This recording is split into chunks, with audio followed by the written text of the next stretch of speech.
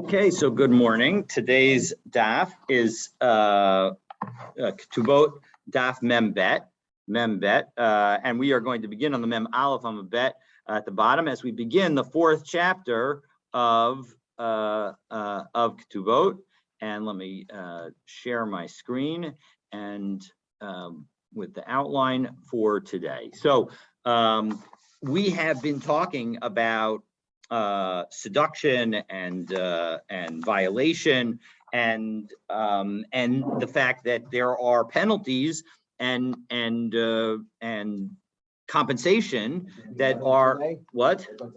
Yeah, we're going to talk a little bit more about money today, and we're going to talk about who gets the money. That's the key question is that we're going to cover. We covered the fact that there were these payments, and now we're going to say who gets it. So let's dive right into it, and we begin. Na'arash nispat. We have this woman who was seduced. Boshta ufgama uknasa shel avia. The boshas, any embarrassment, the fact that if she's from an upper class and he's from a lower class, so that embarrassment that's associated with it, that is a payment that was required. Depreciation, the fact that she is no longer a virgin, and the fine that was associated, all of that goes to her father.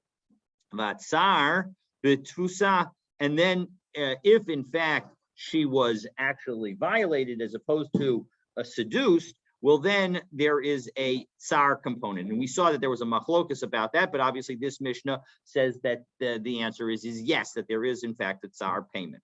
So amda badin ad shalom meisa'av, if in fact she now, the question is who is going to get this, right? So we said in general the rule is the father gets it. That's where she was a nara at the time that she was seduced or violated, and she goes to court and she's still a nara. That's between the age of 12 and 12 and a half, assuming normal physical development. So amda bidin ad shalom meisa'av, if the court case happens before the father dies, so then if the court case happens before the father dies, so hare hein shel ab, then all the money will go as a result of the court case will go to the father. Meisa'av hare hein shel achib. And so if the father now dies, who inherits in Jewish law but the sons of the father? And so as a result, the sons will be, and her brothers, namely, or at least her half brothers, the brothers to the father, they will be the ones who receive this payment. The brothers share it? The brothers will share it, exactly. They'll split it among them. So look, well, the sisters don't get to share because in Judaism, all the inheritance goes to the boys. Now you can change that in a will if you do it correctly in halakha, but in general, that's the biblical concept. So lo ispika, and of course, if there are no boys, then it all does go to the daughters. So lo ispika lamod badin ad shemesav, if they haven't yet gone to court. So then harei hein shel atzma, then they belong to her. So amda badin ad shelo bagra. So what if they did not have a chance to, if they sued before she became a bogeret? Bogeret is what the age that she become, the description once she turns 12 and a half. Well, then harei hein shel av. So again, that means that, so again, the idea is that the father needs to be alive and the daughter needs to be under 12 and a half when the case begins. Then it all belongs to the father.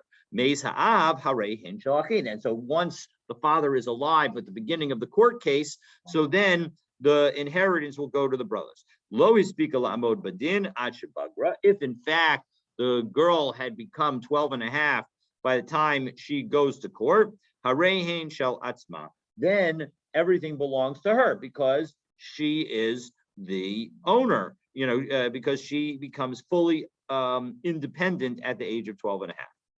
Rabbi Shimon Omer, Rabbi Shimon says, you are focused on the wrong thing. Chachamim, don't focus on when you go to court, focus on imlo hispika ligbot ad shemeis ha'av. The question is when you collect.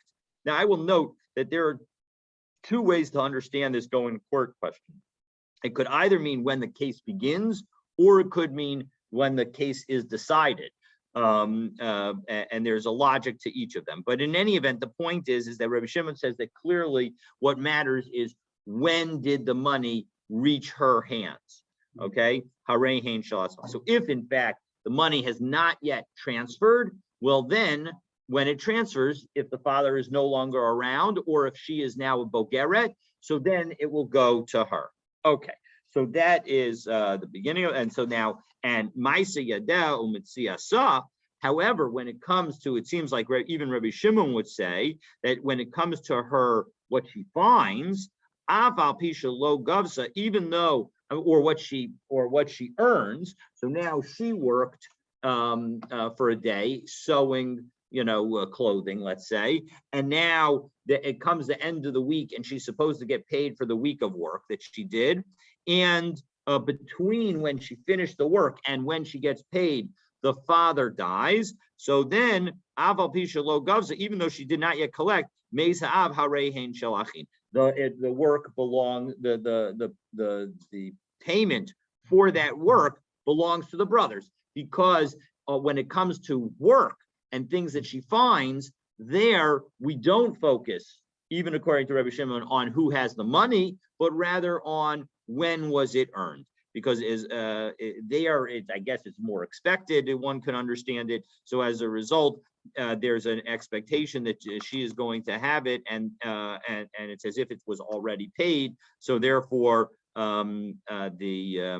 it seems like that may be the reason why this case of findings and earnings is considered different from the other cases. Okay, so okay.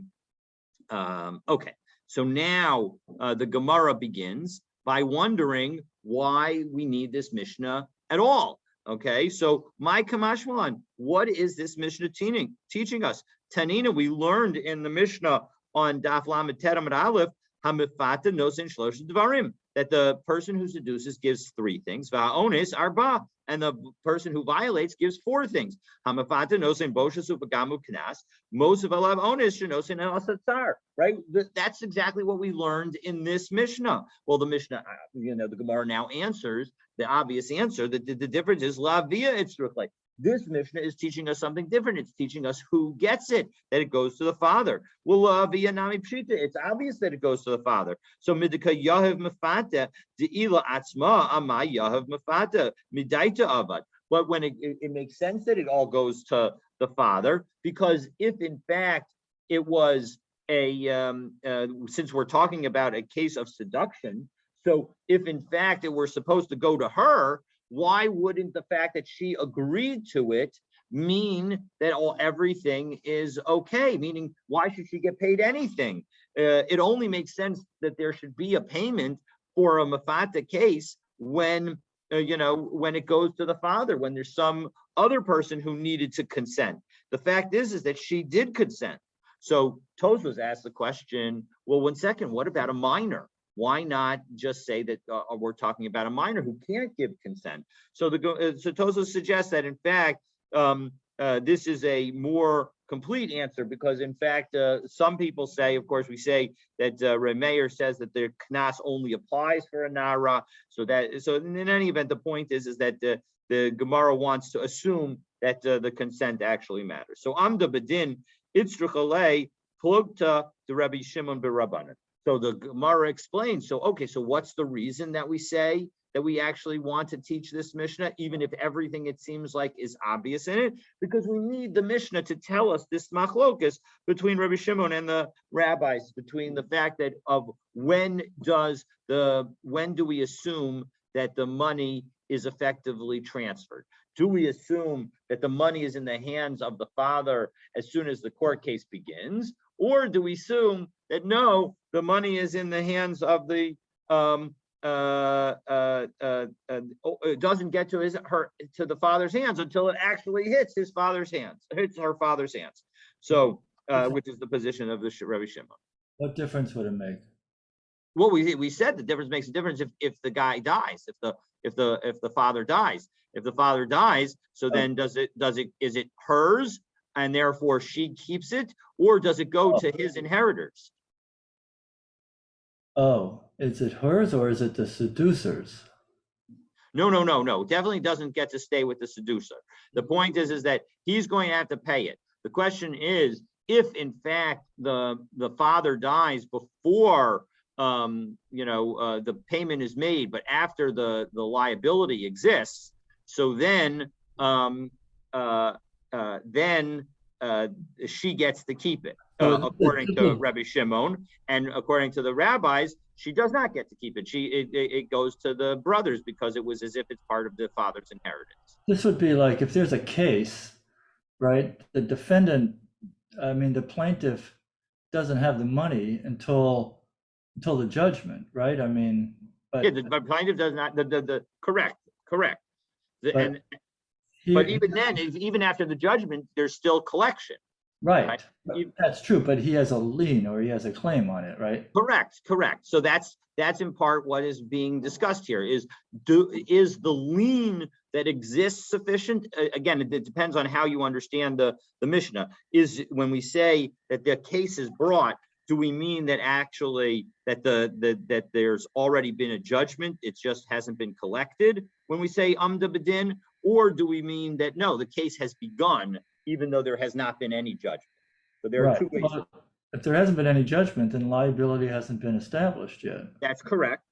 But the possibility for liability has been established. Right, but how could it? You can't inherit something that doesn't exist on some level. Correct, and that's why I like the understanding better of that we're talking about when we say amda b'din, that we're talking about where the decision has already been reached, that there's already been liability. Okay, all right. And so then, the disagreement between Rabbi Shimon and the Chachamim is just in the case where there's been liability but no collection yet. Is that debt something that is already considered a possession of the father's estate or not? Rabbi Shimon would say no, and the Chachamim would say yes. Okay.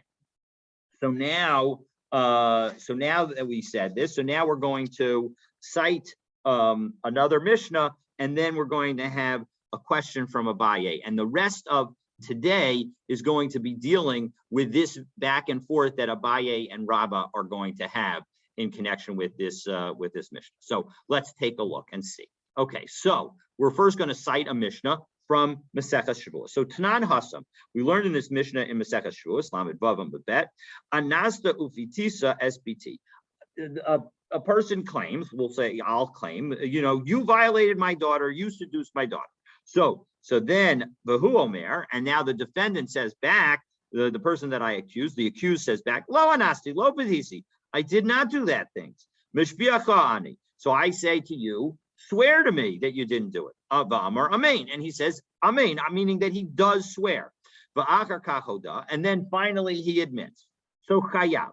So we say that he is chayav. Now the chayav that we're talking about here is a number of different aspects. That if in fact one were to swear falsely about a debt that is owed, then one is obligated to, of course, pay the debt, also pay a fifth payment or a quarter, meaning in a halacha often the fifth is measured afterwards. So it's 25% that will, when you add the 100 and now you have 125%, 25% of 125% is only a fifth. So that's how you get to that number. But in any event, the point is that you have to pay an additional penalty, and you have to bring a special asham offering, an asham gzelos offering that is required. So that is the position of the Tanna Kama. Rabbi Shimon Potir. Rabbi Shimon says, no, you're exempt. She'enu mishalem knas al pi atzmo, because one is not able to obligate themselves to pay a knas. Meaning that if I admit to the violation, so then I would only have to pay Boshas and Pagam. I would not have to pay a knas, because a knas cannot be required of me based solely on my admission, because on some level it's a penalty. Penalty implies some aspect of wrongdoing. I can obligate myself monetarily, but I can't make myself effectively into a Russian. He still has to bring the court. This is a kanas for the rape or the seduction. Are we talking seduction? There's a difference between seduction, obviously, and rape. 100%, but both of them have the same penalty. Okay. Exact same penalty. Same monetary penalty. Please go ahead. In the discussions we've been having about this, although the person guilty of violating the woman or girl, if you will, there never seems to be a penalty on him, a criminal penalty, such as being jailed or such Correct. as, Correct. such as whatever. Correct. Correct. Am I wrong in No, that? you're not wrong. You're absolutely right. Well, then in this case, Stan is right. So the point is, you're absolutely, there's no, there's Banishment from the no, community. correct. The question of, you know, there even the question of lashes is a question of whether it's only certain situations he would potentially get lashes. It's a very different attitude about this. I think Correct. now of our modern times, Correct. Correct. This is definitely a way in which our modern times have become much more. There was no general. Correct. Now we did have the situation where he was banished. where with the banishment if you didn't go to court, and we also had the case of that when we were waiting that the person would go into some pseudo jail-like structure if we were waiting to see if somebody died or just recovers from the injuries that they have. But in any event, in general, there is no jail. So Rabbi Shimon, again, Rabbi Shimon says you're putter, you don't even have to do any of these because he's focused on the penalty that's associated. But Amru Lo, the rabbi said back to him, even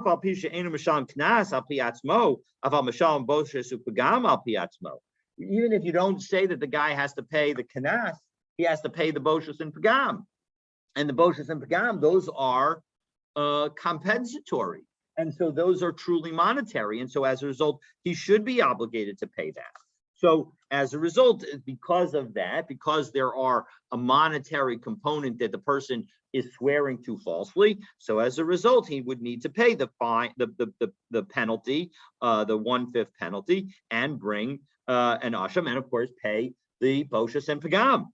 So now, based on that, all right, so now we have that Mishnah and we have our Mishnah. So now using those two together, Abaye is going to ask a series of questions. So Boimine Abaye mi Rabba. So Abaye asks Rabba, Ha'omer l'chaveira, Anasto ufitisa SBT, Behematicha badin, Vinischayav tale mamon. V'hu omer lo anasti v'lo pitisi v'lo hamadti b'din v'lo nischayavti l'cha mamon v'nishba v'hoda. So Rabbi Shimon Mai. So the question is now in this case, instead of just saying that you seduced or it violated my daughter, I say not only did you do that, but we actually had a court case around this already, and you were found liable in that court case. And now you need to owe me the money. So the point is the kanas that we impose on somebody, once it has been found that the defendant is in fact liable for that kanas, does that become a monetary payment, or is it still a kanas? Meaning we have this principle that a kanas cannot be, your self-admission of a kanas cannot trigger your obligation of the kanas. Does that even apply when a court has determined that you're liable for that kanas, for that penalty, or is it limited to where the court has never found the judgment? So that is the question. If the court never found it, why is he liable? Why does he pay the kanas?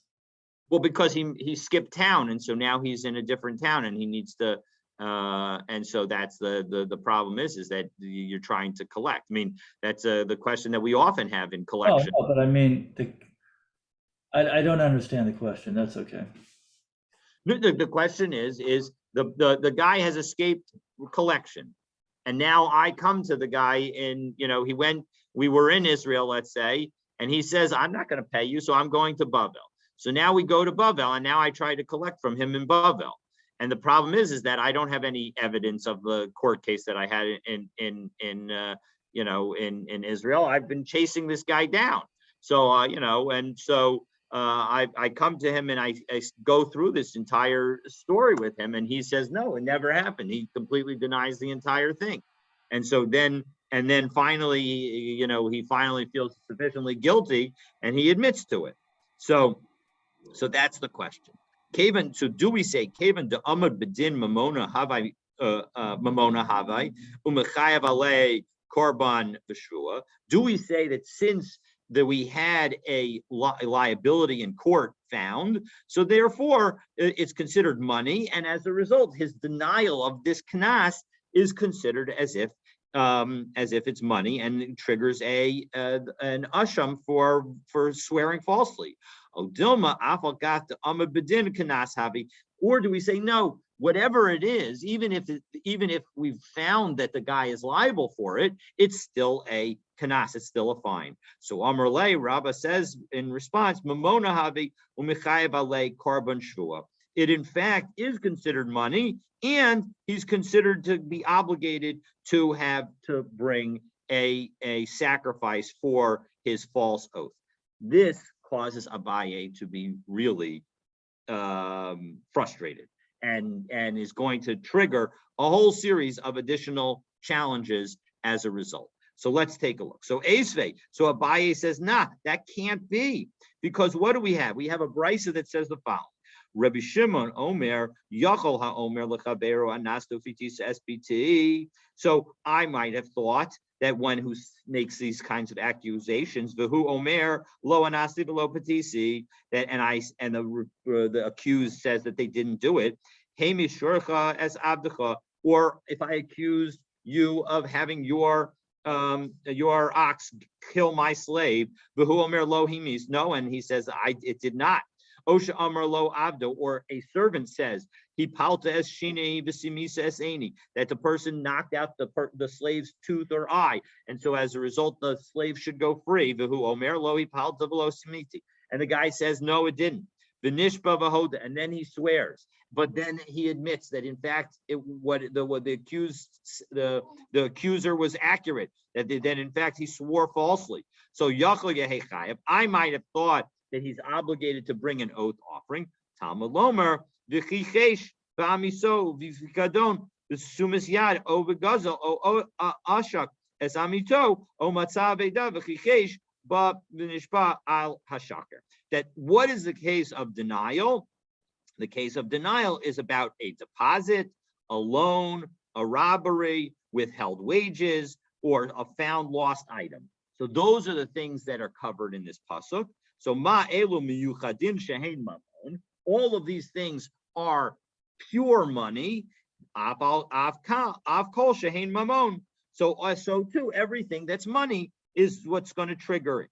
So yatsu elu shehein kanas. But when it comes to the payment for a violation or seduction, the payment for a slave that's killed by an animal, or the freeing of a slave as a result of knocking out his tooth or his eye, all of those cases are situations where which are fines, and so that doesn't apply. So my lav b'sha'amad badin. So isn't this case? Aren't we talking about where there was already a judgment against him? Abaye asks.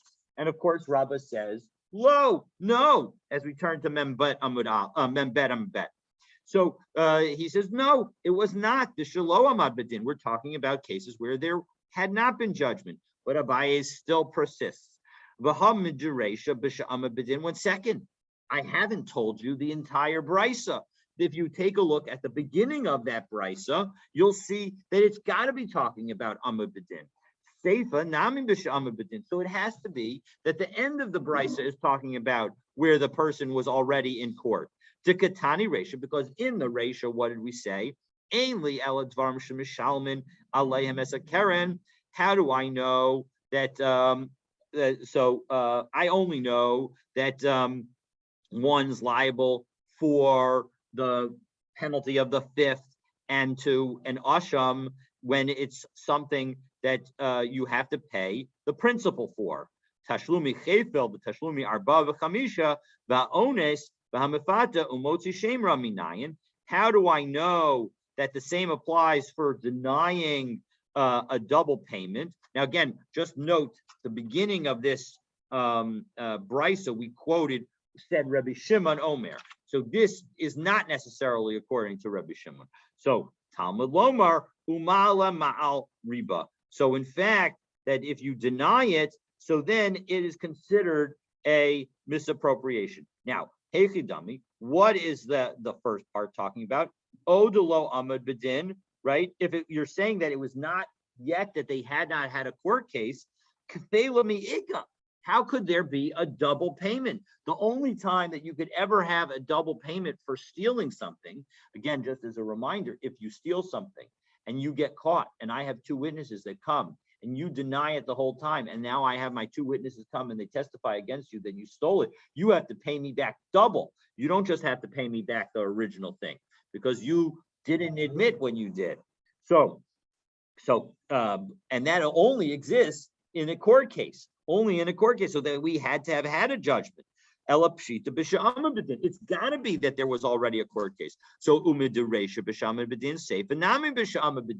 and you can see that this is the reason that Abaye was only asking according to Rabbi Shimon, because according to the Chachamim, this would seem to be that according to the Chachamim, it clearly is considered principle. Okay, so Amar Le, Rabbah responds back to Abaye, an truly honest and remarkable answer. Yechilna l'shanuyelach. I could have tried to answer you. I could have tried to say that the beginning of this brisa was talking about where there was a court case, and the end was talking about where there wasn't a court case. V'kula Rabbi Shimon, and I could have told you that really everything was Rabbi Shimon, and therefore everything would be consistent with my explanation. But but I don't want to give you an answer that doesn't really that doesn't fit so well with the words. That's a forced answer, because De'im Kain Amrat Li, because you could say back to me, Listen, Reisha Rabbi Shimon Omer. We should have said, what did we have in this brisa? We had in this brisa, we first talked about the statement of the Ainli Elo Dvarim, and then we have Rabbi Shimon Omer. Well, if you have Rabbi Shimon Omer in the middle of a statement, then the implication is what came before was not Rabbi Shimon. So we should have said, listen, Reisha Rabbi Shimon Omer. Rabbi Shimon Omer should have been at the very beginning of our brisa.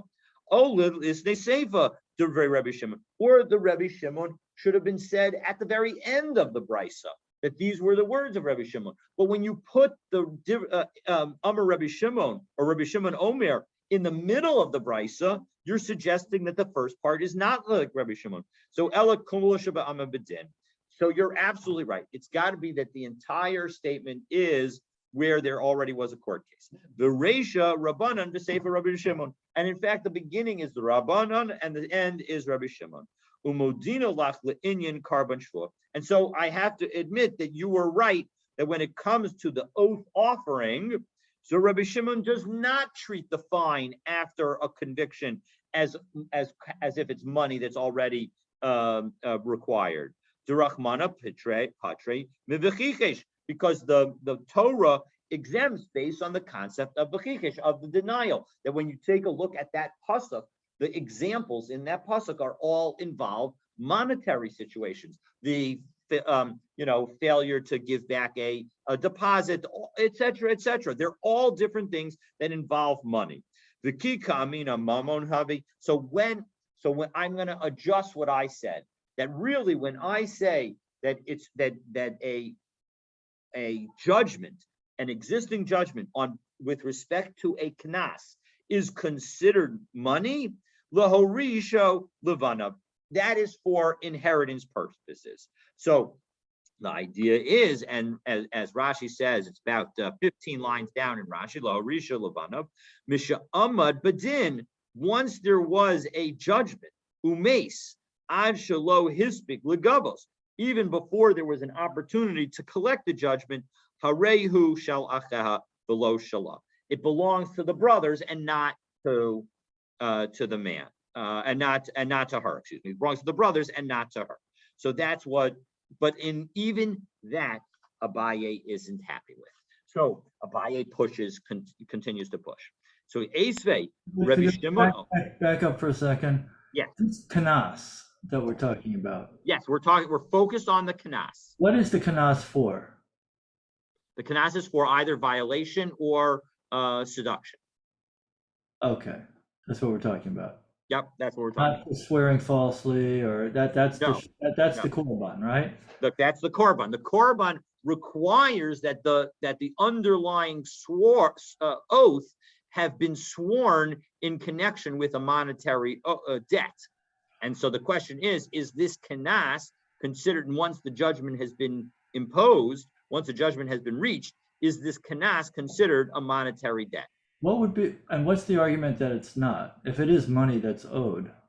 The argument that it's not, as we will get to in a moment, is that the underlying reason for this money is a penalty.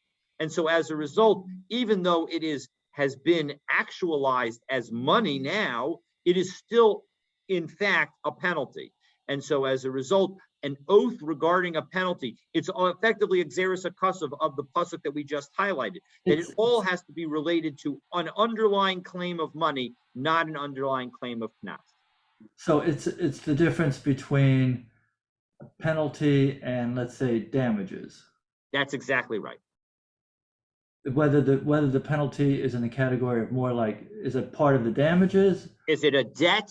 Is it a debt like a loan? Is it a debt like a deposit? Is it damages for things that a person injured? Those three categories would all be in the money category, whereas the penalty or the doubling of the fine or the 4 times or 5 times of the fine, all of those would be in the category of knas.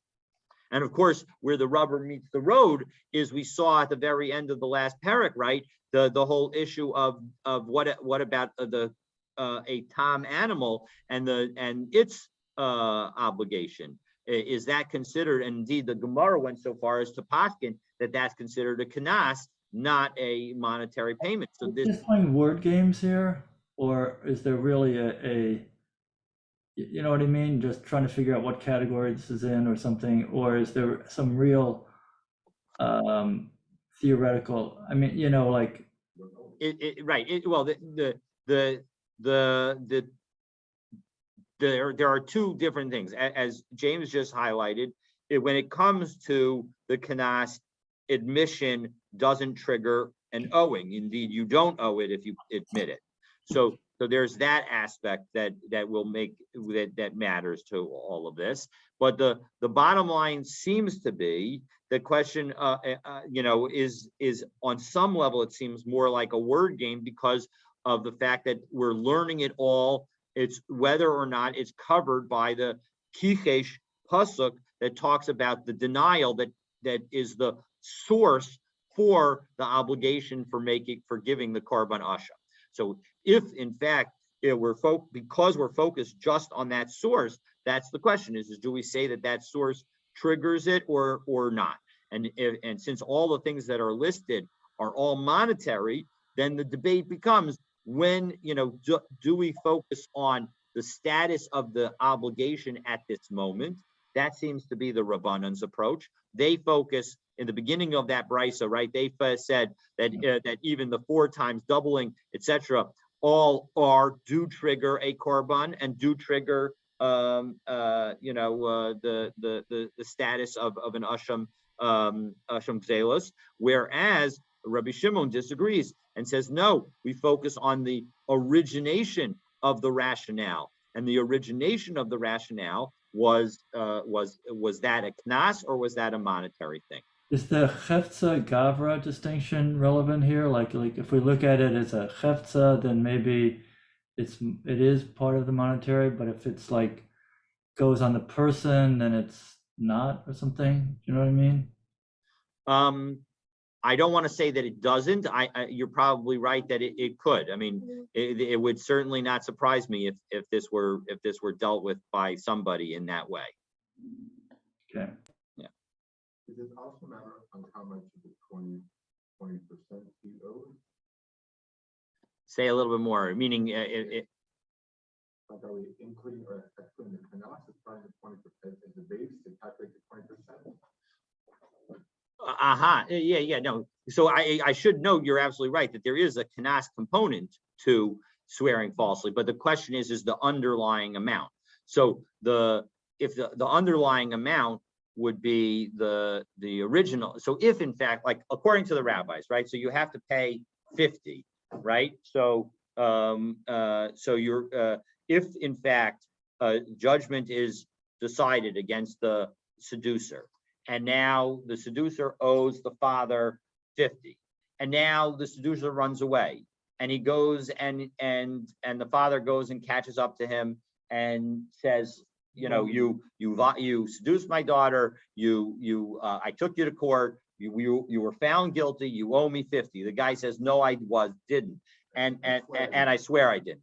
And then the guy says, all right, you're right, I admit it, I feel so terrible, etc. So according to the Chachamim, it would seem that you're absolutely right, that that now this person would have to pay not just the original 50, but he would have to pay 12.5 in addition to so that he ends up paying, so that it ends up being the fifth penalty.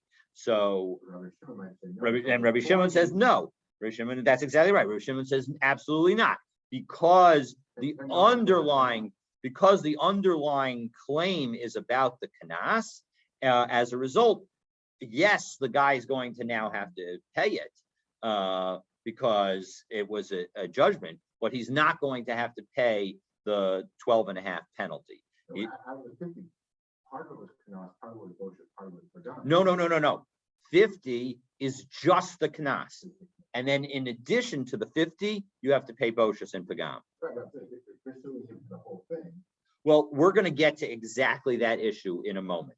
So you're right to raise it, and we'll see that where it comes out right now.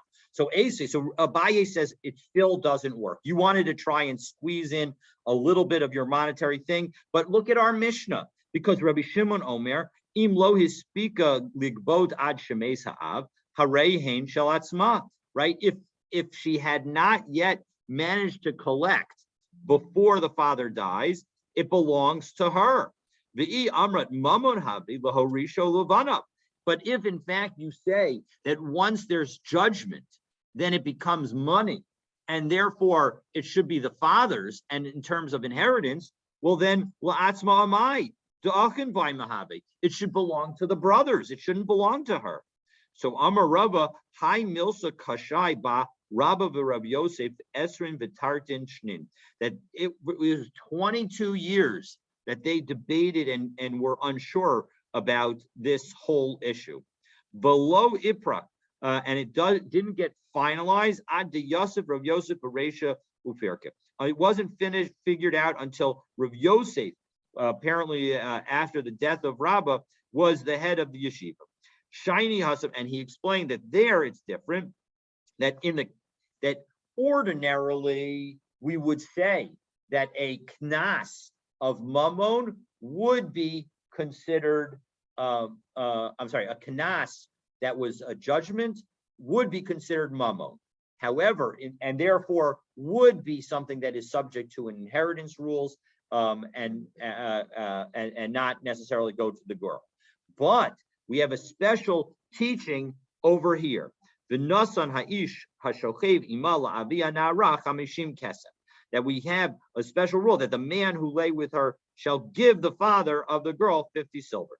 Lo ziksa Torah la'av ela mishas nasina. That it's not considered the father's in this particular case until nasina, until it actually hits his palms.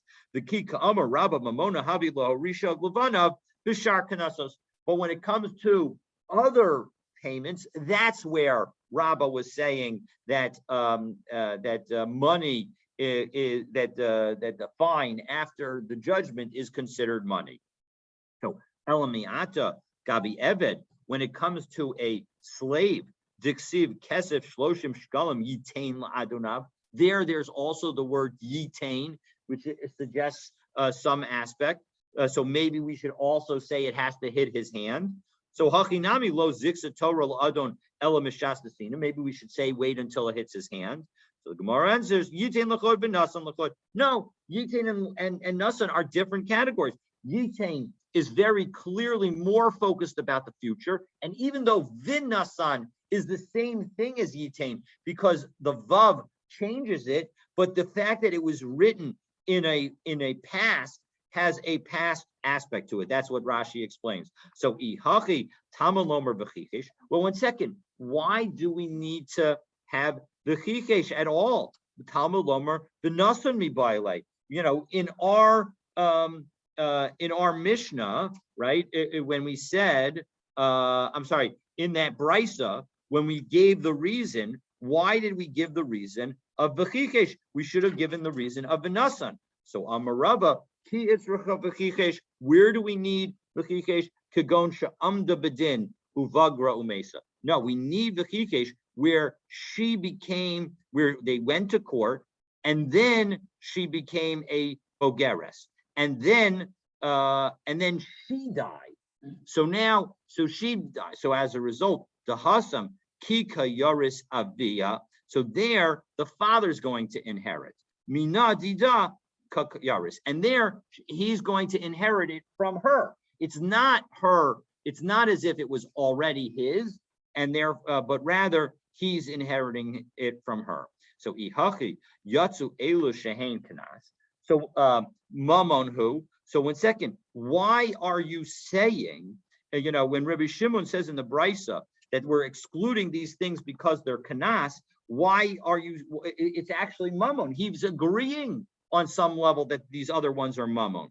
So Amar Rav Nachman bar Yitzchak yatsu elush ikaran knas. No, the point is that we're focusing on their origination, and that's the point. The point is that we focus when it comes to a kanas with respect to inheritance. If it's already been the judgment, so then it'll be treated like money.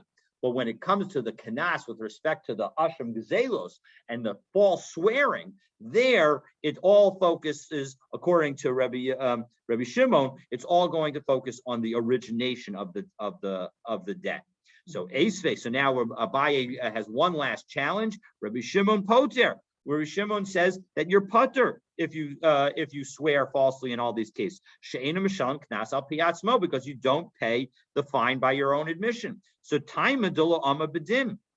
that seems to imply, right? So now Abaye is challenging from the other direction. That seems to imply that the reason is that the person was not sued. So karban shvua nami mechayev. So there it seems like if in fact where he would pay based on his own admission. And of course, if the guy admits to the fact that there was a court case against him and a judgment against him, he would have to pay. So shouldn't we say that, that based on that, you do have an obligation to bring the offering? So Rabbi Shimon l'divrayim d'Rabbanan kamar lahu. No, you're absolutely right that if that were in fact Rabbi Shimon's reasoning, then you're right in how to read it. But in fact, Rabbi Shimon was not explaining his own reasoning. He was going according to the logic of the rabbis. Really, according to me, based on the fact that we had the pasuk of v'chikesh and we focus only on the underlying reason of the debt, we're going, if the underlying reason of the debt is a knas, so then there's not going to be any concern about an asham gzelos, even if I swear falsely about it, because the underlying thing is a knas. However, but according to you, the rabbis, who say that actually once it becomes money, it's money, oduli mahas, you should at least agree with me. So hekadelo amar bedin, where the person had not yet been sued or convicted.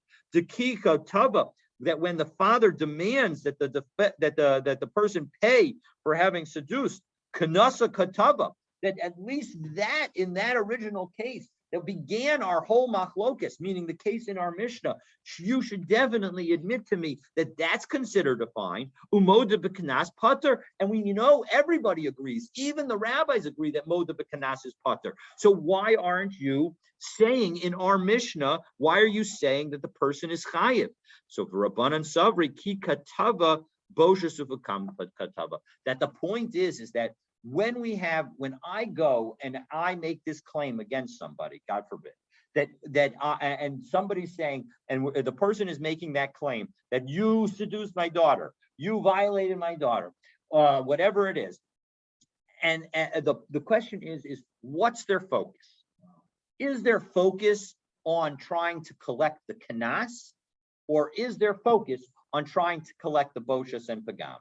Because that's what's going to determine whether or not we're going to say that that now when the accused swears, I didn't do it, and then says, you know what, I did do it, and admits it, were they swearing about money or were they swearing about a fine?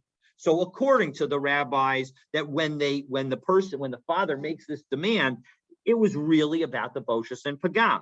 But my commitment, and what are they arguing about? What's this fundamental argument between the rabbis and Rabbi Shimon? So Amar Rav Papa, Rabbi Shimon sabar lo shavik inish midi de kits, v'tava midi de lo kits. That according to, if you focus on what is it that the man is thinking about, what the father is thinking about, you're going to focus on what you know. What you know is that this man owes you 50 shkalim silver because he did the things to your daughter. All right. And so as a result, that's what you're going to focus on, because that you know the amount that he owes. You don't know how much the Boshas and Pagam is going to be. And so as a result, according to Rabbi Shimon, that's the focus. And so as a result, when you're making the claim and the guy is swearing, that oath is primarily focused on the kanas. Whereas Rabbanan Savri, lo shavik inimidi dechimode be lo mifter, v'tava midi dechimode be mifter. No. What am I going to focus on? I'm going to focus, as the father, I'm going to focus on what happens if you admit it. And if you admit Boshas and Pagam, you have to pay the Boshas and Pagam. But if you admit the Kanas, you don't have to pay the Kanas. So as a result, I'm going to focus, when I'm making that accusation, I'm focused on what it is that you would have to pay if you admit it. And so as a result, when you deny it and when you swear, your denial and oath are really about the money.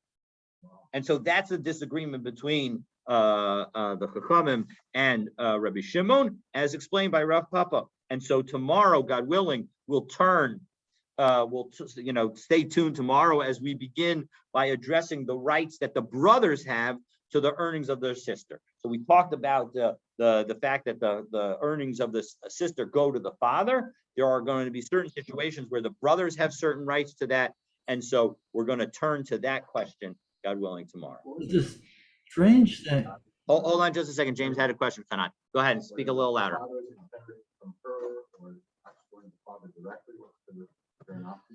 Well, the main nafkamina would be as if, in fact, she had somehow had children in the interim. That would probably be the main nafkamina. But I don't know. I don't have a good understanding of why, what the Gemara was trying to accomplish with that statement. I understand your underlying point, and I'm not 100% sure. But there would be a nafkamina. But that's what the point is. That, yeah. Hanan, please. The strange thing for me is like the admission or something like that is focused on the damages rather than the underlying claim. Isn't that's you're explaining a good logic why Rabbi Shimon would disagree with the rabbis, because he's saying that let's focus on what you did. What you did is triggering a kanas, right? That's what the kanas is all about, is the terrible thing that you did. And so, and therefore, but it's the kanas. So as a result, if you swear about it, there's no fine, no extra fine, and there's no and there's no asham gzelos. It's a single fine, right? Yeah, there would just be essentially a single fine. Well, I guess the question is you would have to still have witnesses, otherwise there wouldn't be a fine whatsoever. right. I don't know. I mean, the Gemara doesn't give examples of how much it could be, but it would depend on, what the value of different slaves are, what the value of how embarrassing it is, in the particular circumstances. So one could imagine that, that it could be pretty embarrassing. And certainly, one would hope that in today's modern world that we would end up giving a lot based on just the embarrassment component of it. Yeah, which is larger. Yeah. All right. So Rabbi Shimon, he wants to encourage people to admit that they did seduce. So, Well, that is the main reason for the fact that you don't have to pay a kanas, Right. or a reason is that we want to try and encourage people to admit that what they did, so as to that way we don't have to cause them to have to pay a kanas. Exactly. so we don't have to litigate it. We could just. Correct. That we don't have to litigate, and that we encourage admission of guilt, so that yeah. So, yeah. Okay. All right. All right. Be well. Bye bye.